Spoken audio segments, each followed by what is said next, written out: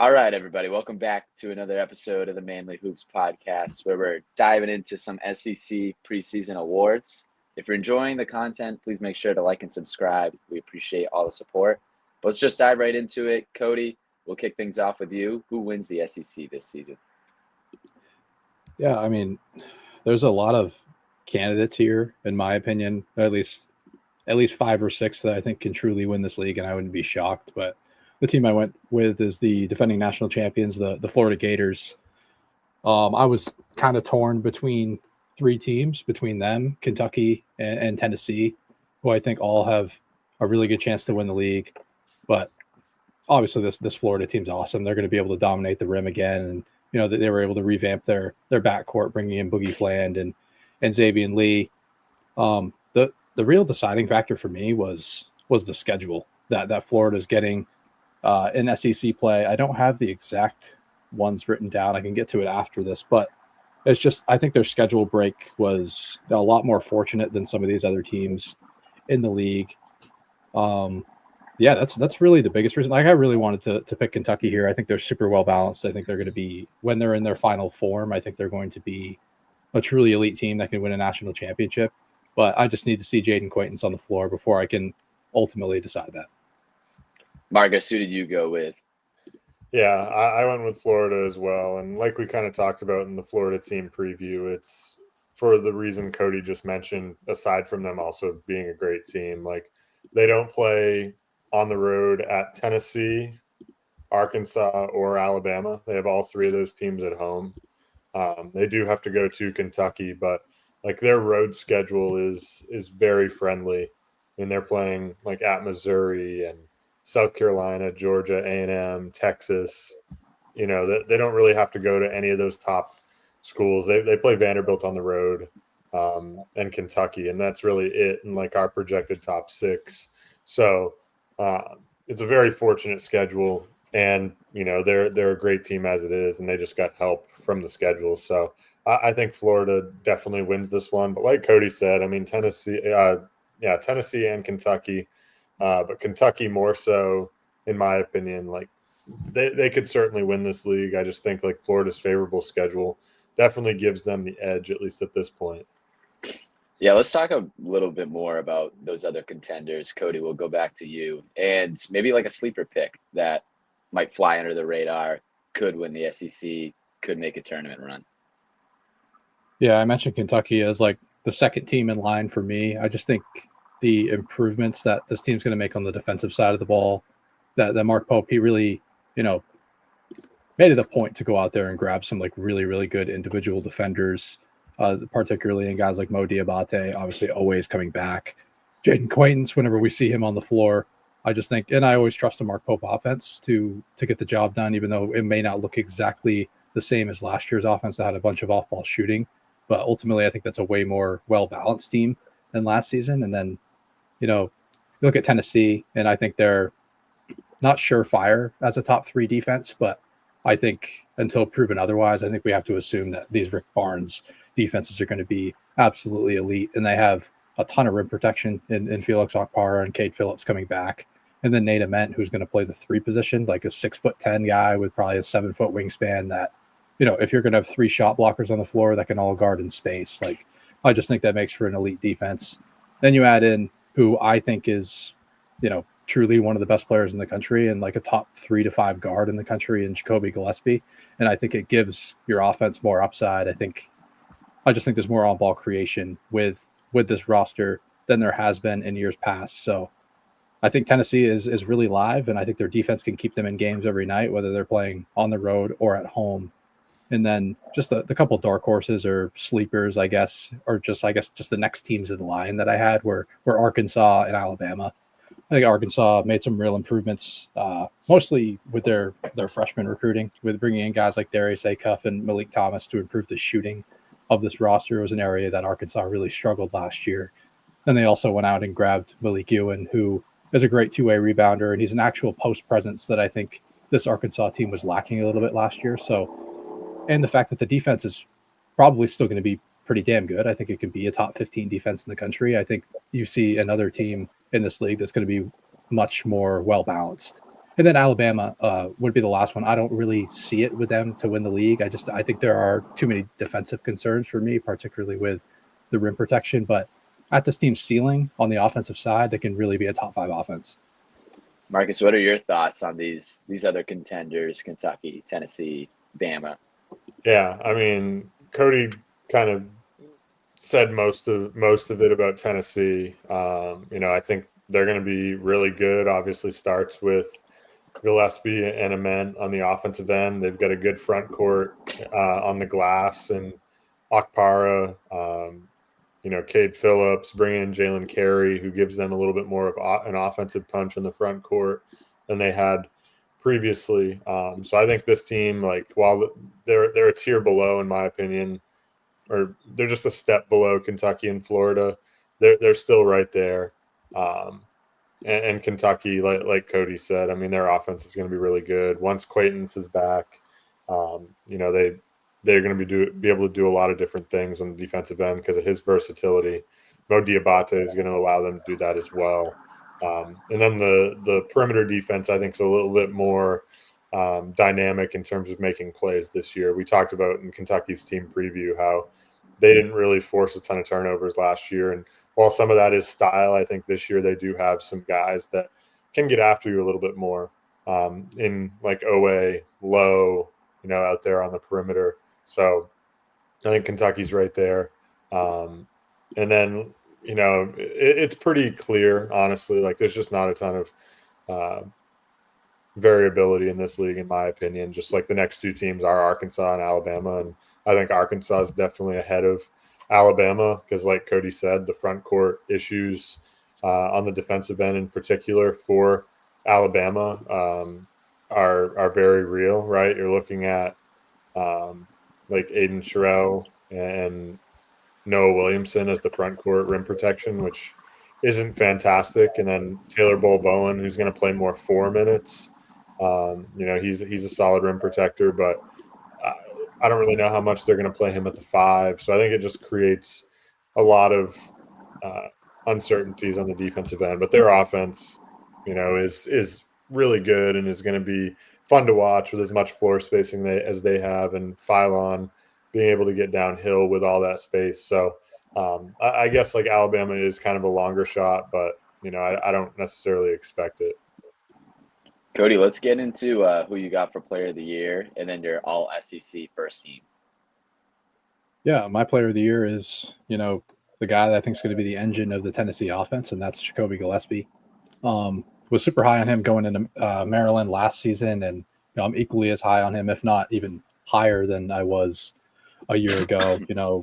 I just think there's plenty of upside in his game, really as a 3-level scorer. And, like I mentioned, I think Gillespie brings a different element to this offense than Rick Barnes' offenses have had in the past, particularly at the guard spot. Like I've mentioned Zakai Ziegler, like he's a star in his own right, but he's not that offensive hub that you can really play through. He's more like a defensive minded guard, really wants to get out and play in transition. And Gillespie can do those things too. I just think there's a lot more upside in his game overall as that offensive hub. I know Nate Ament is there by his side, but I think at the end of the day, I think Jacoby Gillespie is going to be the guy that they play through. And obviously I considered some other guys, and like the rest of the guys on my first team would be, I'll take Owe at Kentucky, averaged 16 a game there last year, is going to have a little bit more of a role to start this season. So I would imagine his numbers improve.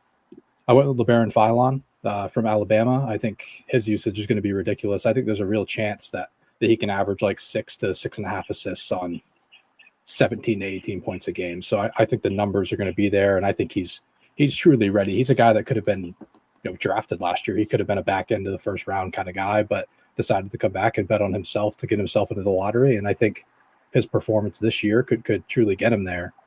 And then I went with a guard that has been really good in this league for multiple years, and that's Josh Hubbard at Mississippi State. Averaged 18 a night last year on high volume 3-point shooting, knocked it down at a pretty solid clip as well for the amount of tough shots that he took. I think he's just going to, rinse and repeat. He's going to put up those same numbers again. And then this last spot is really the one I had the toughest time with. And ultimately I went with Tommy Haug from Florida. I just think, diving into it, I think he's going to have to do a lot of different things for this team. Like, he's going to be a guy that may never come off the floor. Like, I wouldn't be surprised. Like, he averaged like 24 minutes a game last year. Every lineup combination that I've tried to put together in my head, pretty much all of them like have Tommy Haug in the middle of it. And I think he does so many good things on both sides of the ball that, he's going to be a true breakout guy. If you want to call him a breakout guy, didn't even average 10 a game last year. So I think you can consider him to be so. But yeah, I'm high on him to have a really big year. All right, Marcus, let's hear it from you. Who you got for player of the year in your first one? Well, first of all, this might be the first time we ever have the same first team and the only time ever. I went with the same guys: Howe, Gillespie, Owe, Philon, Hubbard. I was really close on another guy, but it just didn't really team performance. I was a bit worried about getting him on the first team, but I did go with a different player of the year. I went with Otega Owe, and I think to me, it's because I think Kentucky has a real shot to be, right around top 5 for the entire season with how, especially if they get healthy. Owe averaged 16 last year. I wouldn't be shocked if he gets a 2 or 3 points higher there. He's a really dynamic guy that, he's going to be really fun to watch, I think, for Kentucky this year. His ability to get downhill, get to the foul line, create opportunities for himself. If he can really take a leap this year as a player and creating offense for some other guys too, I think that's truly where he could kind of solidify himself as a player of the year type guy. So we'll see what happens. I really like his game, so I'm buying the Otega Owe player of the year stock. All right, I'm going to have you just go right into your second team then, Marcus. Yeah, on my second team, I went with former Duke Blue Devil Mark Mitchell. I think he's going to put up big numbers at Missouri. We saw last year he kind of found his way a little bit more, and you look at that Missouri offense right now, like it's not fantastic. They're gonna play through him, I think, quite a bit, and he gets to the line. It's just the way Missouri plays. He gets to the line at a really high clip. I went with Alex Condon, who I think is just kind of that like Swiss Army knife for Florida. They can play through him in handoff game. He can space. I think he's going to be able to space the floor maybe a little bit better this year. He can guard multiple positions on the defensive end. He obviously is part of that group on Florida that dominates the glass. So, I mean, he's going to be great on a great team. Went with Tahad Pettiford at Auburn. And I think another guy that's going to have the ball in his hands a lot. He's probably going to average, upwards of 16 or 17 a game. He's going to take enough shots to get there. And, Auburn's still going to be a good team, even though, it isn't quite as high a ceiling as we've seen in the last few years. I went with Nate Ament at Tennessee. Like Cody was when he was talking about Tennessee, 6'10", ability to score at all 3 levels. He's going to play the 3, so I think he can impact on the defensive end as like a third rim protector in some ways. And the last guy I went with Boogie Fland at Florida as well. I'm pretty high on his game translating on both ends of the floor into that Florida culture. I think he's exactly what they need: a downhill guard that can generate offense for others. He takes care of the basketball. He's going to be really solid, I think, for Florida, and we expect them to win the league. So he's going to be a big reason why they do. Cody, let's hear your second team. Yeah, we have 3 of the 5 as the same. I had Alex Condon, Mark Mitchell, and Boogie Fland all on my second team. The 2 guys that you mentioned in Pettiford and Ament, I have them on my third team.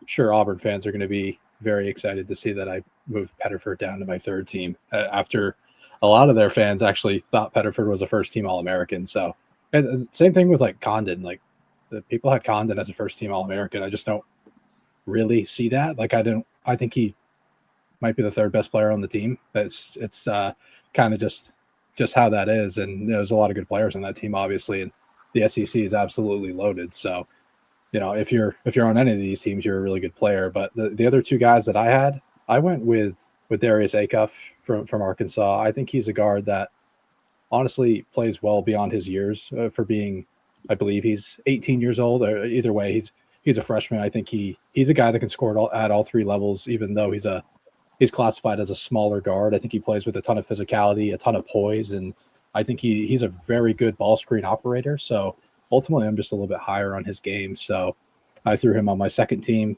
and then I threw another guard in there on my second team, and it's Oklahoma's Xavier Brown. I think he's going to do a lot of things for that Oklahoma offense. Everything's pretty much going to go through him and Pack. I prefer Brown as the lead guy up the backcourt. Another guy that's a terrific ball screen operator. Another guy that's classified as a smaller guard, but he can score at all three levels. I was very impressed by his rim scoring creativity, and I think that's absolutely going to play up in the SEC. So, I think he's a guy that can average realistically. He could put up the same production at Oklahoma that he put up at St. Joe's last year.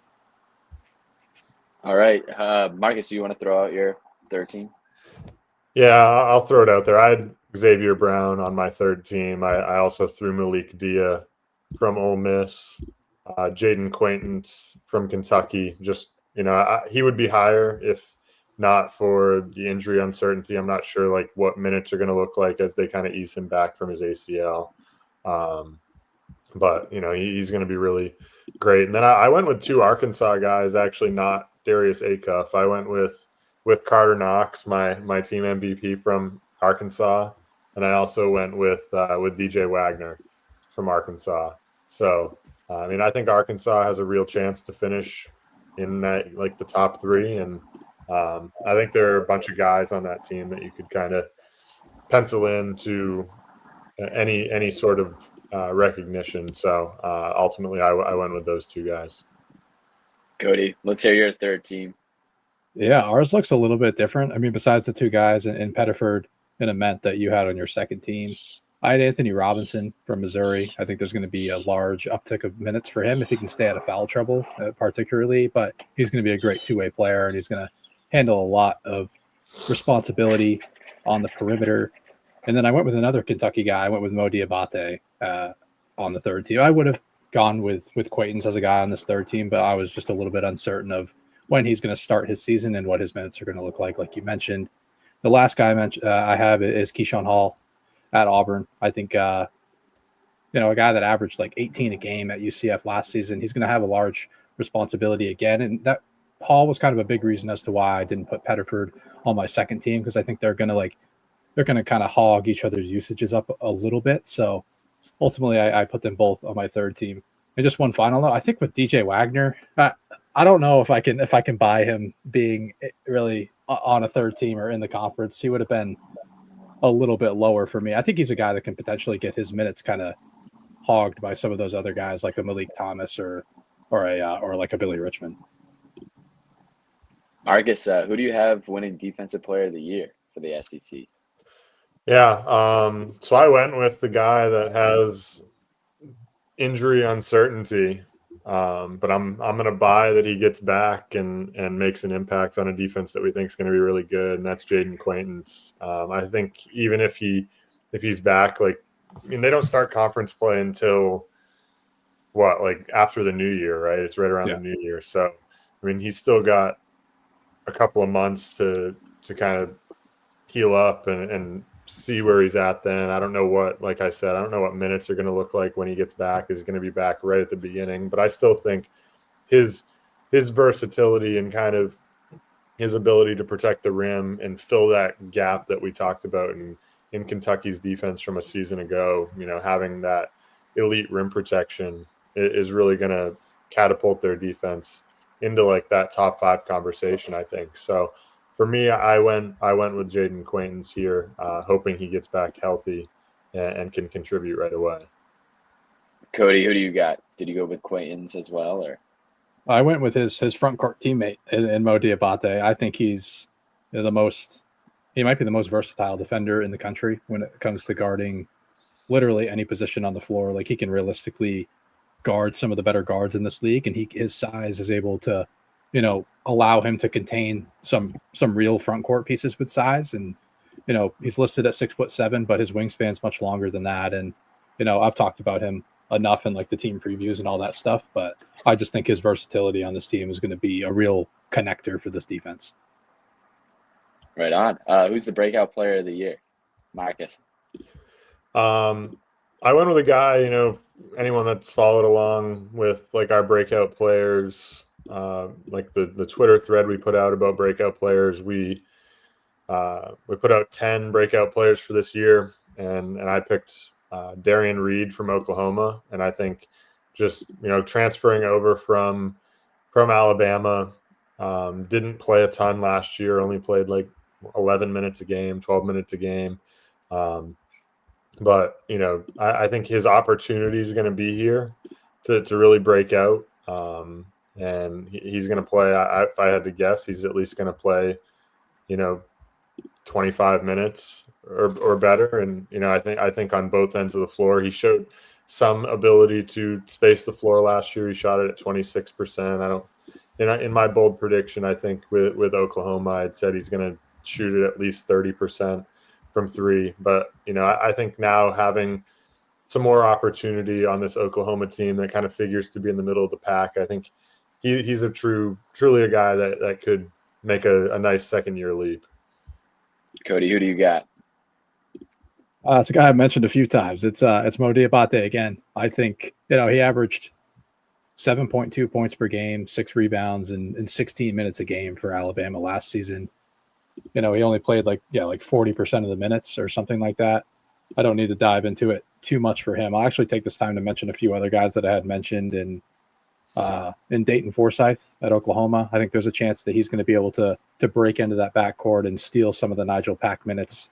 I liked what I saw last year from him as a freshman, as a third ball screen operator in this offense that, Porter Moser loves running all of his offense through his guards. And I think there's a year 2 leap in store for Forsyth. And then one other guy is Anor Boateng from Missouri. He didn't really get all that much time last season, but I think he will be a really important piece on the wing as somewhat of a 3-and-D piece. I think the jump shot still has a little bit of a ways to go, but he's a really talented defender that can guard multiple positions, just a freak athlete. And I do think there's real opportunity for him to, either crack the starting lineup or do that at some point this season. I kind of expect big things from him. Marcus, who do you got for Coach of the Year? Yeah, I went with Mark Pope at Kentucky. He did a great job building this roster to kind of fill their needs, to balance it out a little bit more, as we talked about in Kentucky's team preview. Kentucky really relied heavily on, the 3-point shot last year and makes and misses, right? It was really shooting variance that they depended on. And now this year, I think that we've talked about, they have the ability to get downhill a little bit more. They still have some shooting options. They're probably taking a bit of a hit in the 3-point percentage category, but their 3-point rate's going to go down. They're going to get to the rim more. They're going to get to the line more. It's just much more well-balanced, like we've talked about all along. And I think even if Kentucky finishes second in this league, I still think Mark Pope can win this award. I think like Todd Golden coming off the national championship, the expectation kind of is with especially retaining that entire front court, the expectation is that Florida does win it again. And so I think like Mark Pope has a chance to win this even if they don't win the league. Cody, did you go with Pope as well or different route? I did. I went with Mark Pope as well. Don't really need to add much there. I mean, one other guy that I'll mention is Mark Byington at Vanderbilt. And I think they were picked in the SEC like coaches and media poll as like 11th in this league. So, but I expect them to exceed those expectations by quite a bit. I have them as my, I believe, 7th rated team in this league. Yeah, I have them rated 7th, like just behind Auburn. Like I think those teams are very close together. If they can gain some traction and find themselves in the top 5 in this league, I think it's a real possibility that Byington can win this. All right, who's making the tournament? Marcus. Yeah, I said 11 teams make the tournament. So we get Florida, Tennessee, Kentucky, Arkansas, Bama, Vanderbilt, Auburn, Oklahoma, Texas, and Ole Miss. And then after that, I just think there's going to be one other team that gets in. It's hard to say, honestly, who it's going to be. I think it's one. It's not LSU or South Carolina. Okay, it's one of those other 4 teams. So what is that? Missouri, Georgia, A&M, Mississippi State. One of those 4 teams get in that 11th spot. But I don't think we see like the 14 that got in last year in the SEC. I think it's a little bit of a down year compared to last year. And Marcus, do you have a bold prediction on the season? Yeah, I said the SEC has 4 teams with top 2 seeds in the NCAA tournament. I think they have 3 last year, or was it 2? I think it was 3. Yeah. Okay, yeah. So I think there's a real possibility they could get 4. With Florida, Tennessee, and Kentucky being 3 of them, and then maybe like an Arkansas or Alabama kind of sliding in. I would lean Arkansas just because I have them a tier higher, and maybe Arkansas gets like a back end 2 seed or something. But that's my bold prediction. Cody, who do you got making the tournament? Yeah, I'm a little lower on like the middle to bottom tier of this league than most, and it's definitely worse than it was last year. I really don't see this league getting 14 teams in. I had it at 10, and my locks for this league were Florida, Tennessee, Kentucky, Auburn, Alabama, Vanderbilt, and Arkansas. Not in that order, just like those are my sort of like teams that I would be surprised if they didn't end up making it in. And then the way I framed it, I went 3 of these 5 teams can get in. I think Oklahoma, Ole Miss, Texas, Mississippi State, and Missouri are teams that are probably going to be sitting on more of the bubble. But I think their resumes over the course of an entire SEC season are going to get at least 3 of them in. I wouldn't be surprised if all 5 of them got in, but my 3 picks out of those 5 would be Oklahoma, Ole Miss, and Mississippi State to kind of sneak in as on that 9 or 10 seed line. And do you have a bold prediction for this season?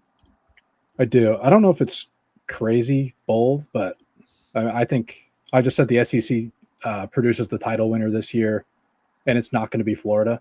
I think my pick right now with the team, I need to see Kentucky in final form first. But if they are, well put together, if Quaintance is getting 25 minutes a game, maybe even a little bit more than that around tournament time, Kentucky is my national champion. I think they're very well balanced. We've mentioned a few of the offensive concerns, or at least that it's going to look a little bit different, but I trust that Mark Pope is going to put it together. And I think arguably this is the best defensive roster in the nation. All right. We're going to wrap things up here. As always, thank you for listening to the Manly Hoops Podcast.